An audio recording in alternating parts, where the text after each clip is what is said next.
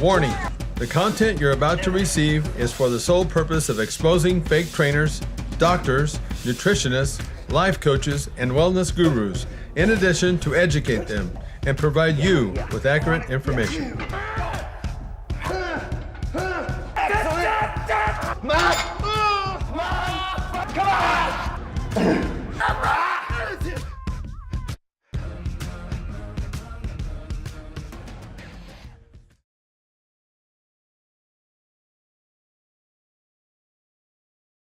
36 years ago, I became a personal trainer. It was a natural progression from me being a bodybuilder. My goal and objective as a trainer back then, as it is now, was to get my clients in the best shape of their lives.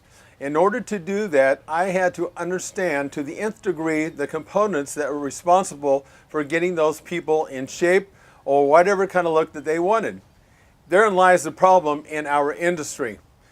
Most trainers and most gurus don't know this. Now, what we're going to do here today in this program is talk to Shane Costa. He is a former professional baseball player, and we're going to try to draw some similarities and show the comparisons of how these components actually impacted him in his career. So Shane, my question to you is this. And I have firsthand knowledge with you, obviously, because I was your dad watching this kind of stuff. But it's important for the viewers to understand that there's a lot of fake trainers out there. There's a lot of fake everything out there, and a lot of times the viewer doesn't really know what the difference is. And I can tell you this: the real people and the people that are the real deal in the industry, they understand the process. In other words, like with you and your sport, in order for you to get to the degree that you did. What kind of processes in your training, or it's probably more in your training, what kind of processes did you have to go through? Because for people to last in any kind of industry, they have to know those things. They just don't, it's not by accident, in other words. So tell me kind of the process that you went through. Well, you had to work. I had seasons that were determined by what kind of shape I was in, meaning numbers, productivity on the field. If I didn't train, if I didn't give myself enough time to train right, sport specific, or let's say I got too big or I got too lean, then my numbers on the field would suffer. So it was probably every year around Thanksgiving I would start and ramp it up, and that would be November, December, January, February that I would have to get myself in the absolute best shape in order to perform on the field. Yeah, and the thing about that, and what I learned, and I learned this when I went back to Bulgaria many years ago, was, and this is a problem that in the industry, because you have trainers that are out there still to this day that don't train you. You hit on something specific enough, and if you don't do that, then that it doesn't transcend on the field. In other words, if you're training the wrong way in the gym, and then you go out in the field and that's not specific to your sport, you're not going to excel to your best potential. And that was one of the things that I learned when I went to Bulgaria. In fact, I'm sure you remember this. When I came back from that, they taught me about not only being specific with the training, being specific to the sport that you're in, but to the position of the sport. Because what I learned from baseball was that there are lists of priorities in each position, and if you really want to play at your highest level, you should actually train exactly for that position. Would you agree with that? Yeah, I would agree. I mean, it happened a couple years where I would get too big and bulky, and then I would have, quad injuries and hamstring injuries, and, maybe I didn't train as well or the right way to be flexible enough to sustain a 6-month season. Right.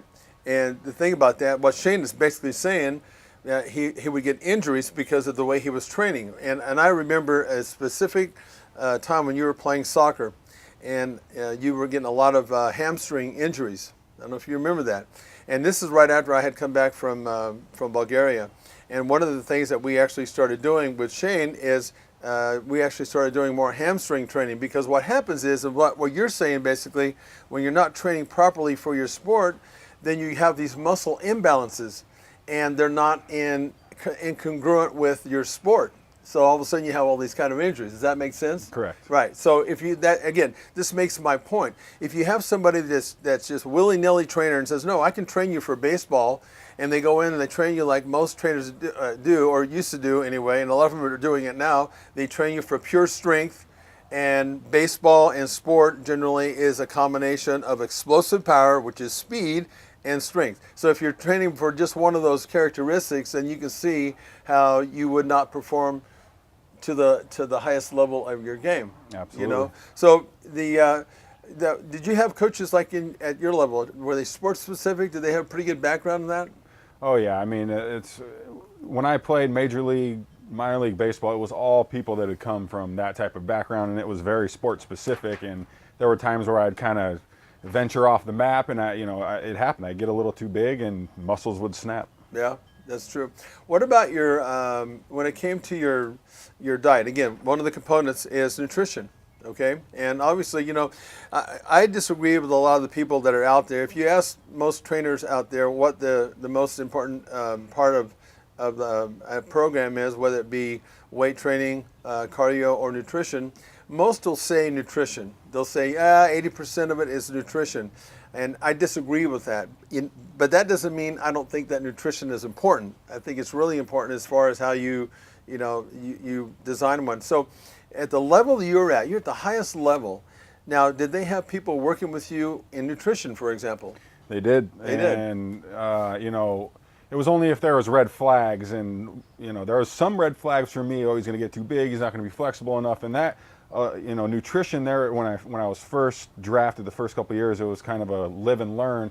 I would eat whatever I wanted. I thought I was young, and, with the training, I ended up getting just too big and bulky. And after, a couple more seasons down the road, I would learn that, hey, I have to eat a little bit better. I have to take care of myself a little bit more in order to sustain my health. Right. Did they address anything like, because I'm really, to me it's fascinating. I'm thinking, it was when I went into spring training, I went a couple of times, I was floored at that time when I went in like late 80s. And I went into to spring training camp, and I was actually floored as to how bad a shape that these guys came in. I was absolutely floored. I'm thinking, you're getting paid all this shitload of money, and these guys are coming in this way. I mean, it was horrible. And it's gotten better as the years have gone on. So back then when you did go to spring training was to get in shape for the season. Yeah. When I played, it was, if you weren't ready to play in spring training, you were going to get sent down to the minors really quick. So, things have kind of evolved as time has gone on, but now there's full-blown nutritionists. I mean, there's everything you could want in an athletic clubhouse. And this is this only at the highest level, or is it like the minor league? They try to incorporate this in the minor leagues. It's a little tougher because of the budget, but as the years have gone on, they have realized that if they want their investments to perform at the highest level, maybe in 2 or 3 years, and maybe at the minor leagues now, but in 2 or 3 years they could be in the major leagues, they better take care of these kids a little bit more when they're younger in the minor leagues. Yeah. So let me ask you another question then, because this has always been interesting how people respond to injuries. When you've been injured, I know a couple times you've been injured pretty bad, but generally speaking, okay, in order for you to have longevity in your career, injuries is just a part of the game. You're going to have to learn how to deal with that, play around an injury, play through an injury, and yet sometimes you just have to not. Rest is the key. I can tell you this, and I just want you to tell me throughout your career if this actually applied. I can tell you that most of the time, 95% or 98% of the time, when you get hurt, you should not completely stop training. And yet a lot of people do. They stop. And there are certain cases when you have to. I'm not saying that that's not the case, but in most cases you should not actually stop training. There's a type of training called active recovery, okay, and it's a type of training that you, generally speaking, as for the layman terms, it's just lightening reps down, and then training through that, because the idea behind that is that when you train light like that, your body recruits new blood. New blood brings oxygen. Those are natural healers. So let's first ask this: in your career, how many times in your career do you think you were hurt? Not like how badly hurt you were hurt, but just how many times were you hurt, you think? Oh, probably lots of times, 5, 10 times, probably 10 times I've been hurt and I played through it. Okay. And when you did that, what was the natural, how did they handle that? In other words, you said, hey, look, coach, I'm hurt. So just give me an indication. Did they say, okay, just rest it? Or what did they actually have you do? It was physical therapy. I mean, even on the slightest of things, I can remember pulling hamstrings, and the next day I'd be on the bike and I'd be doing body through space stuff, and certain exercises that will strengthen a hurt muscle. Yeah. And were there ever, I think I know this, but were there ever times where you were just hurt to the point where you couldn't go? Yeah, absolutely. Is that when your Achilles healed? Yeah, I mean, I had a torn quad. I had 2 wrist surgeries, 2 Achilles surgeries, torn hamstring. Yeah. And this is basically, for those that don't really understand, they really don't know, like in your case, they don't know the process that you have to go through and how much you have to go through to stay in a lineup. Mm-hmm. Because I know from athletics at that point it's very cutthroat. Mm-hmm. And it's like I don't know, what have you done for me yesterday? Yeah. And which is a lot of pressure. And to be able to play under those kind of terms is a difficult thing. Yep, and if you put in the work before the season starts, it can help you get through a lot of that stuff. Yeah. That's what I learned from just getting drafted, and then 10 years down the road, I really had to take a different regimen with my body in order to make it through a full season, because it's a grind. I mean, it's 162 games. That brings up a point. You're adapting to your environment, and that's what Look, this is what a real coach and an athlete does for his players. He adapts to his players. That's like saying a coach comes in and says, okay, I want everybody he's going to coach you, I'm going to coach you one way, and I expect everybody for you to adapt to my way. There's no way that's going to work, obviously, with athletes. So basically, then what how I correlate this with what I was doing in bodybuilding or working with clients was adapting. In other words, you're fact finding to see, okay, what the hell is it that I have to do in order to stay in the lineup, and how in the hell am I going to do that to get myself back? So what you're telling me is through the years, to keep as long as you were there, you just had to keep adapting. If you heard the expression "adapt or die," Yep. That's exactly what you were doing back there. Otherwise you can't make that. And the thing that you're bringing up, which is that other component, which has becomes very important, is that mental aspect. Because something, as you know, if you don't have your head right, just if you're healthy and you're going through a little slump and you don't have the tools to work with to make your head right, it goes from you go to hell in a handbasket pretty. I saw it a couple times. Oh yeah. It's like you get to the point. This is for those of you, this is someone has swung a bat how many thousands of times and have seen that ball. And I remember Shane would ask me on two, not many, but you'd say, I don't even know what to do with the play anymore. It gets that tied up. Oh yeah, I mean, it's a mental. There's people that quit playing baseball because they can't handle just the mental.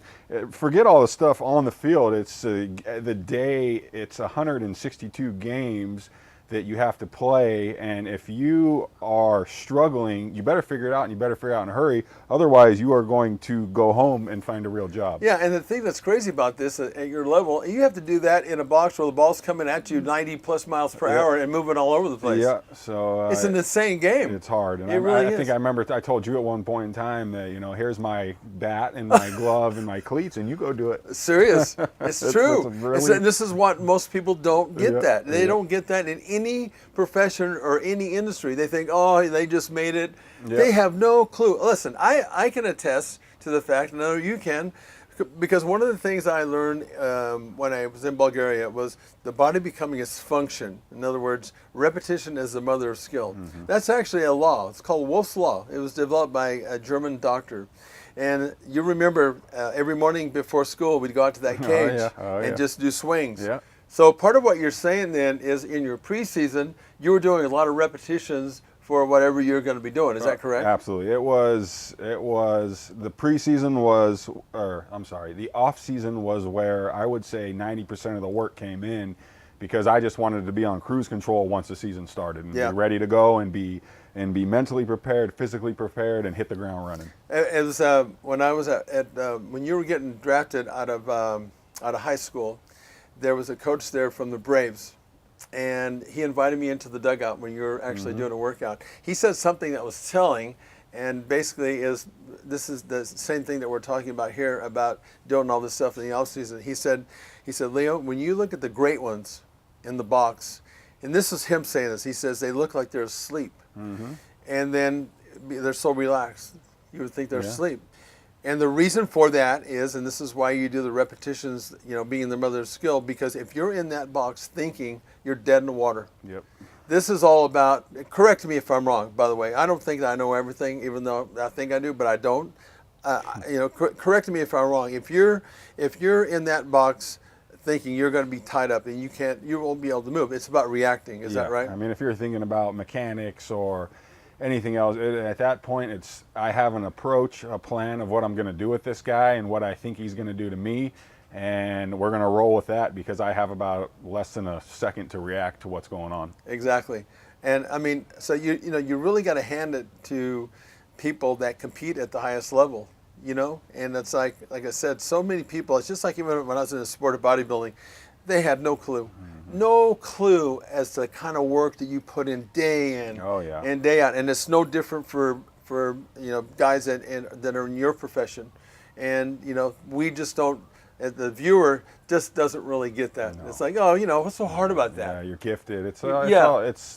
Those guys when I was playing at that level worked harder than anyone I had ever come across, and contrary to the belief, people think, well, he's just gifted athlete, but that's not the case. These guys work their tails off. Yep. And then, the other thing that's really becomes important, the higher you go up, because I learned this. It was amazing to me how when you went from high school to college, of course, you went to a college that was a powerhouse, okay? But it was amazing to me, everybody was good at that point. Everybody was good. So you have to ask yourself, if you're an athlete, then it gets back to the things that Shane is talking about, or all the little things that you have to do in order to create that competitive edge. Because if you just think that you're going to walk into a program like Cal State Fullerton, like you did, or play at the highest level in pros, if you think that you're going to go in and gifted is going to be enough, you got another thing coming. Oh yeah, you'll be done quickly. Yeah, and done. Replaced. Yeah. So let me ask you this now. As far as you're out of the game now for a long time now. And I don't know about you, but I see things from a whole different perspective now. From where I started, when I started bodybuilding, if you came to me and you said, how do I put on muscle? I had a freaking answer for you that was very black and white. I knew so much. And then, of course, I find out later on I didn't know shit, And so, for me, it's about, it's more gray. My answer probably is more gray now than it's ever been, because it's not really black and white, So, let me ask you, I know you've been at a spot now where you can help your kids, okay?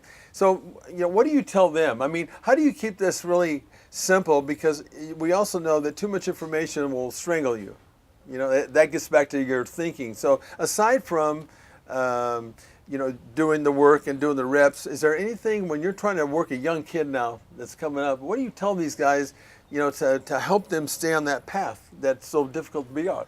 I just, as good as you are, there's always going to be somebody that's going to work harder than you, and there's always going to be someone in most cases that's better than you. So don't take this for granted, and there's going to be bumps along the way. You just got to get through it, and you got to work. It's all about working and just really grinding it out. The challenge is, I would imagine, is because of the fact that you're dealing with somebody that's 18 or 21 years of age, it's hard to get through to some of these guys at that age, I would think. It is, and if you can get through to them, I can tell you this just from personal experience that, playing sports and working out, because I still work out to this day, and that sports and facing adversity and going through life just, in that type of situation has given me the tools to handle a lot of things now that I'm older. Yeah. Adversity, things going the wrong way. Just it taught me how to stay on the right path, and it taught me how to be mentally strong. Yeah, and that's really a good life lesson. Yeah, oh, absolutely. And that's one of the things I've always liked about sport is even like with you guys when you were growing up. I was born and raised on a dairy, and I had chores to do. You guys didn't have that, but my thing was put you into a sport because that starts creating some of the things that you'll use for the rest of your life. And I think every kid should at some point or another play competitive sports, teach you how to compete, how to be on time, how to be accountable. A lot of different lessons come from so playing sports. So here's the thing again, and this is one of the common things I keep hearing because I've done quite a few of these interviews now, is Albert Einstein once said, real knowledge is experience. And what he meant by that is doing it first-hand experience. My dad, and I used to think that he was full of it, like all kids do, he used to say it's really difficult to replace first-hand experience because when you learn it from that level as opposed to, and this is the issue that I have in the industry now, in this bodybuilding or this personal training industry, there's so many guys and people out there on social media that they really have not learned their craft from a first-hand point of view. They're like the shiny object. I call it SOS. They have shiny object syndrome, and they pass that information that they get because they just pull stuff out of the air, and then they pass that on. And what you're really basically saying is that you got to learn this stuff from a first-hand experience if you really want to be able to pass your knowledge on to the next person. Because how many times I had coaches that were not good coaches, and even though they were really good players, but they didn't really understand it in a way that they could translate that over to their athlete. Yep, you're absolutely right. So we'll wrap this up here, but how do you think has a game in baseball since you've been in, how has it changed quite a bit now as far as how athletes are treated? Are they entitled now? I don't really know. I have no idea. Are you dealing with a different kind of breed now, or is it still kind of pure that way? I mean, it's still pretty pure sport. I mean, the home runs have gone up. I think that I've just read this year in Major League Baseball there's been more strikeouts than hits. Really? So that just tells you where the game is going. Guys are throwing 100 miles an hour. Guys are hitting home runs. But as far as the work aspect of it, that has not changed a bit. Guys are working. They're putting in work in the offseason. It's probably gotten a little more intense with the off-season workouts and when these guys are starting. I mean, some of these guys go home and take 2 weeks off, and they're already getting into some light stuff as far as getting their bodies in shape and how they can improve on how they were from the previous season. So it's still pure, and it's still, nothing's going to be handed to these guys, and they understand that. Yeah. How many days a week do your athletes train? And is it different for the starters versus the guys that are not playing every day? I would say, you could do 7 days a week. Just depends on what you're training. And there was days where I would train probably in the weight room 3 to 4 times a week, but I would hit and run and stretch and foam roll and do all that other kind of stuff maybe on the off days. So it can be an everyday thing. Okay, but when you were in the gym actually training with weights, how long did you stay in the gym weight training? As far as time-wise? Yeah. Oh, probably between an hour and 2. Yeah, and that was just straight weight training? That was just straight weight training, and there was some cardio mixed in there, but I would probably say let's average it to about an hour and a half in the gym. Yeah, and that's combining the weight training and cardio? Yeah. Okay. Yeah, because one of the mistakes that was made back when I was in the weight room in college, and a lot of the coaches were making at that time was that they had the kids in the weight room too long, and based on your physiology, you actually shouldn't. When it comes to weight training, actually train more than an hour because the way the hormones respond, and yet we get this more is better mentality. Sometimes it's counterproductive. I wasn't sure if at this point they've come to that point where it's okay to do an hour of weight training and to do cardio. That's a whole different energy system. There's anaerobic and aerobic, and that doesn't they don't apply like that. But I was just really curious if if you're training, because that could also lead to some overtraining issues. So you always have to be careful about that.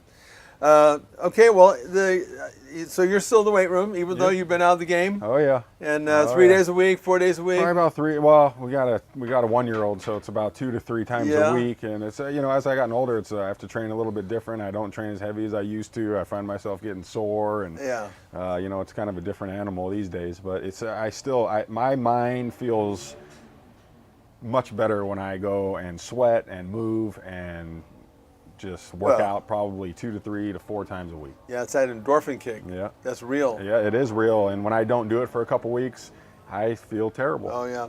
Well, I'm going to pass something on to you, you know, because I'm older and I've had, you know, we all go through crap. Mm-hmm. You know, that's what life does. And as you mentioned, you know, adversity, that's one thing that I had these, for the viewers, you know, but I had, you know, these 3 strokes that paralyzed me. And boy, you talk about a wake-up call in adversity. I'm going to tell you something right now. If I hadn't have had sport in my background, and especially bodybuilding, I would have never made it back. Yep. Not to this degree. Yep. And I tell you what, you know, adversity, the way I look at it, and what the way you're responding is, this is an athlete's mindset. Adversity is going to either define you or destroy you. Yep. And hopefully you have you know, you have a say in that, because I've seen some people who've had some strokes that are, I mean, it's horrible, you know. But I can tell you from firsthand that your body will always respond for you. You've got muscle memory like you cannot imagine. And I didn't really know that. As a bodybuilder, you know, they said mind and muscle link up, you know, and we just did it as a blind faith. It must be right. I couldn't tell you really if it was working, Yeah. but they always said make sure you feel that, you Yeah. know. Oh, yeah. And I learned that from a first hand Yeah. when I was paralyzed on my side, that muscle has memory, repetition is the mother of skill, and all the things that we've been talking about will carry you forward in your life. Because I have to tell you this, I'm really fortunate right now at this age, and you know, I feel good, I still train, and if this wasn't a mainstay in my life, I wouldn't have this kind of a quality of life. So there's a lot of good things to look forward to. So I guess what I'm telling you, which, you know, there's really a crack up, because when I came back from Bulgaria, it was almost the worst thing that happened to you guys, because I learned over there about training prepubescent athletes, you know, and I learned that you could be 10 years old to start. And I'll never forget when you guys went into the gym, and I said, you were kind of wondering, why in the hell do we have to come and do this, you know? I think you were like, I think Josh was 10 and you were like 12.